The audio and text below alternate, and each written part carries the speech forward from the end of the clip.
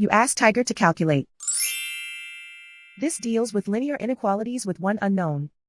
The final result is a smaller than 27. Let's solve it step by step.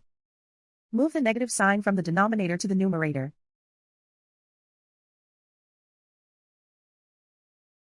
Isolate the a. Multiply both sides by 9.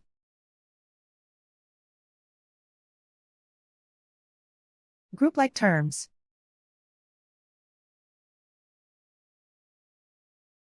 Multiply the coefficients.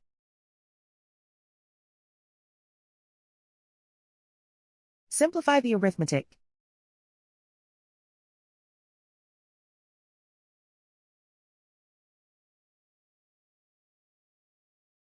Convert the a into a positive number.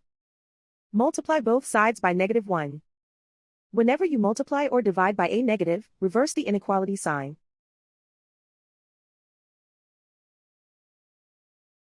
Remove the ones.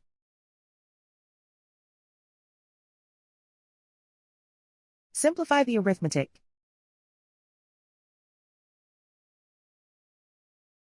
Plot the solution on a coordinate grid. And so the final result is a smaller than 27.